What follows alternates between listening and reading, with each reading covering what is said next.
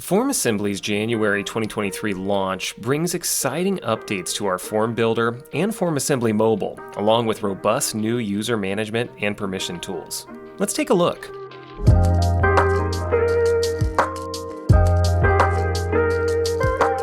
Updates to our Form Builder. With this release, we've brought a much requested feature to the FormAssembly Form Builder. Our new configurable progress bar allows respondents to see how far along they are in the form based on the percentage of required fields they've completed. This will improve perception that the form is almost complete, reducing drop-off rates. Progress bar is available on all FormAssembly plans. Next up, we've given form builders more control over the quality of their submissions with our new conditional logic submit button. Conditional rules for the submit button will allow form builders to control what circumstances a form can be submitted without needing custom code.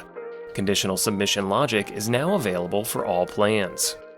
Our January launch also brings a major update to the FormAssembly mobile app.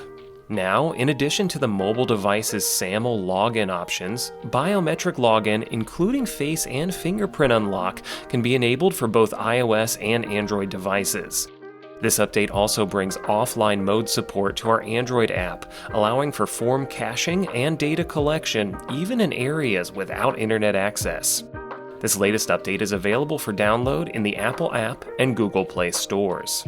Finally, with this release, admins on our multi-user plans will see a major update to how roles and permissions are administered in the app. In the coming weeks, admins will see a new user page where each user's individual permission settings will be configurable with new, easy-to-use permission packages. Admins will also be able to use a new All Users list that can be easily sorted to make managing large teams easier than ever before. These changes will not impact any current permission settings. Admins need to take no action in response to this change.